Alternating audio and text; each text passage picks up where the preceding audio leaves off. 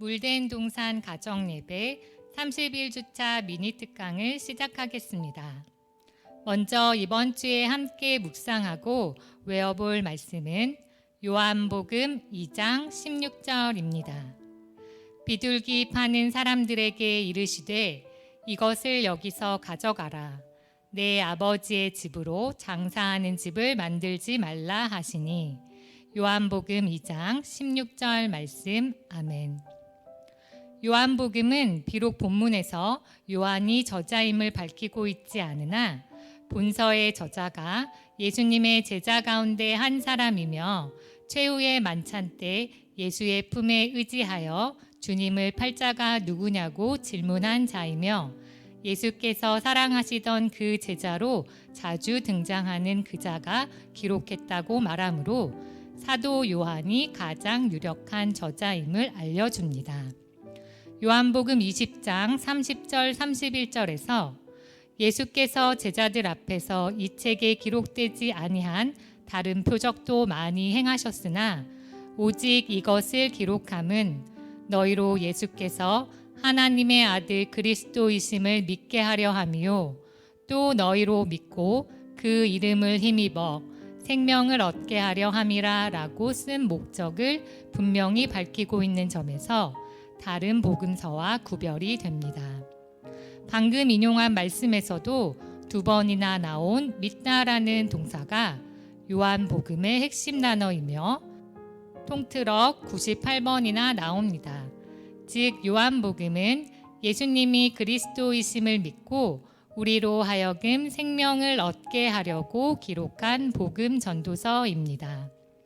요한복음은 크게 둘로 나누어 1장에서 12장까지를 표적의 책으로 13장부터 21장까지를 영광의 책으로 구분할 수 있으며 표적의 책은 7개의 표적으로 유명합니다.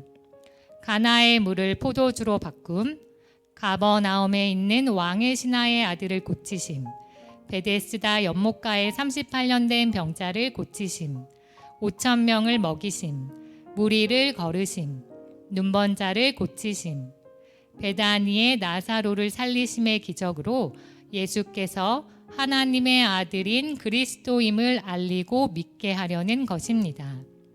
이번 주 성경 탐험에서 살펴볼 첫 번째 기적은 혼인잔치에 참여하신 예수님이 포도주가 떨어졌을 때 큰 항아리에 담긴 물을 최상급 포도주로 바꾸십니다.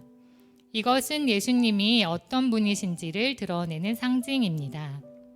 이사야가 메시아의 나라는 좋은 포도주가 가득한 성대한 잔치와 같을 거라고 예언한 것처럼 이 첫 표적은 하나님 나라의 풍성함을 나타냅니다.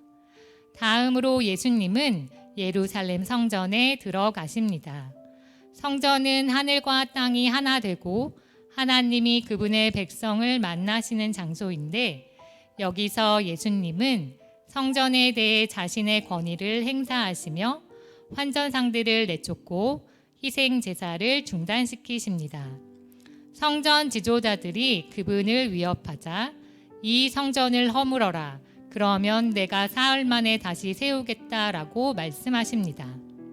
예수님은 다가올 자신의 희생적 죽음은 하늘과 땅이 진정으로 만나는 곳이며 죽임 당하실 그분의 몸이 바로 성전을 가리키는 실체라고 선언하고 계십니다.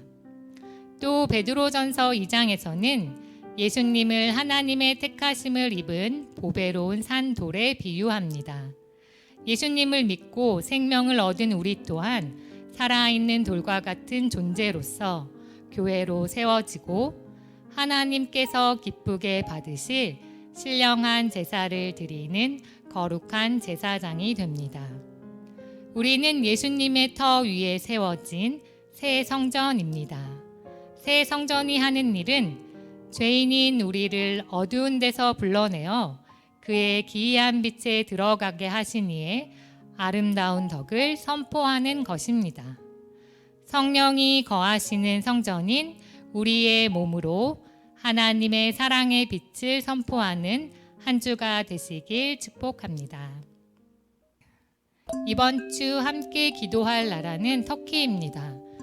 터키는 아시아 서쪽 끝 동지중해에 있는 아나톨리아 반도와 유럽 발칸반도 남단의 일부분을 차지하고 있는 유럽과 아시아의 경계 국가입니다. 터키의 면적은 79만 9,452 제곱킬로미터로 한반도의 3.5배 정도이며 터키의 인구는 2021년 기준 약 8,500만 명 정도입니다. 사용하는 언어는 터키어이며 수도는 앙카라입니다. 터키는 이슬람이 국교로서 인구의 99.8%가 이슬람을 믿고 있습니다. 터키는 유럽과 아시아를 잇는 관문으로 역사적으로 동방과 서방의 문화를 연결하는 교차로 역할을 해왔지만 동과 서의 관문이라는 지정학적인 위치 때문에 외세의 침략이 많았습니다. 터키 곳곳에는 성경 이야기가 펼쳐집니다. 티그리스 강과 유프라테스 강이 터키에서 시작합니다. 어떤 사람들은 터키에서 가장 높은 산인 아라라트 산에 노아의 방주가 멈췄다고 말합니다. 신약 성경에 나오는 여러 도시가 현대 터키에 있습니다. 터키에 가면 사도행전과 요한계시록에 언급된 건물의 유적지를 볼 수 있습니다. 1000년이 넘는 시간 동안 터키는 기독교가 우세했습니다. 하지만 동쪽에서 온 투르크족의 침략 이후 이곳에는 점차 이슬람교가 전 지역에 퍼졌습니다. 터키인이 되는 것은 무슬림이 되는 것이다 라는 말이 있듯이 오늘날 거의 모든 터키인들은 무슬림입니다. 하지만 이들 중 많은 사람은 종교를 별로 중요하게 생각하지 않습니다. 터키인 그리스도인은 몇 명 되지 않지만 천천히 그 수가 늘고 있습니다. 터키의 법은 사람들이 그리스도인이 되는 것을 허용하지만 어떤 터키인 그리스도인들은 예배를 드리기 위해 모이지 못합니다. 몇몇은 예수님을 믿는다는 이유로 직장을 잃거나 가족들과 교류가 끊겼습니다. 이슬람교를 떠나서 예수님을 따르기로 결심한 사람들은 죽임을 당하기도 합니다. 지난 7월 28일 터키 서남부의 안탈리아 주에서 발생한 대규모 산불로 인해 큰 피해를 보았습니다. 터키는 10년 만에 최악의 산불로 고통받고 있습니다. 수도인 앙카라와 이스탄불, 이즈미르 등 대도시 부근에서 불이 나기 시작해서 터키의 21개 도에서 71건의 산불이 발생하여 사망자와 부상자가 나왔습니다. 10만 헥타르 이상의 숲이 파괴되고 최소 8명이 숨지고 수천 명의 이재민이 발생했습니다. 엎친 데 덮친 격으로 지난 8월 11일에는 터키 북부 지역에 강한 폭우로 대규모 홍수와 산사태가 발생하면서 많은 사상자들이 계속해서 늘고 있습니다. 전문가들은 기후변화의 결과로 50도에 육박하는 폭염과 극도로 건조한 이상기후 변화가 산불과 홍수, 가뭄 확산의 원인이라고 말합니다. 어려움 가운데 있는 터키 사람들이 예수님에 대해 더 많이 듣고 알 수 있도록 간절히 기도하는 한 주가 되었으면 좋겠습니다.